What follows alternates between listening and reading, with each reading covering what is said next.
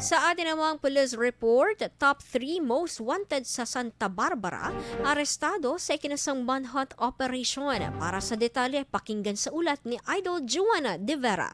104.7 IFM. Report!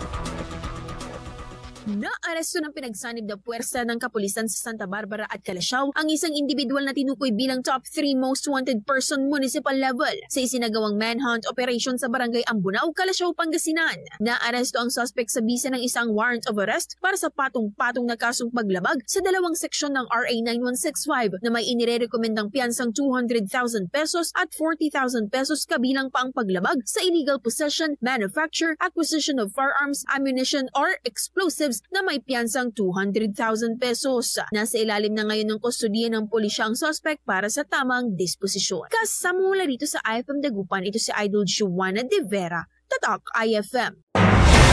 IFM News. IFM News. IFM.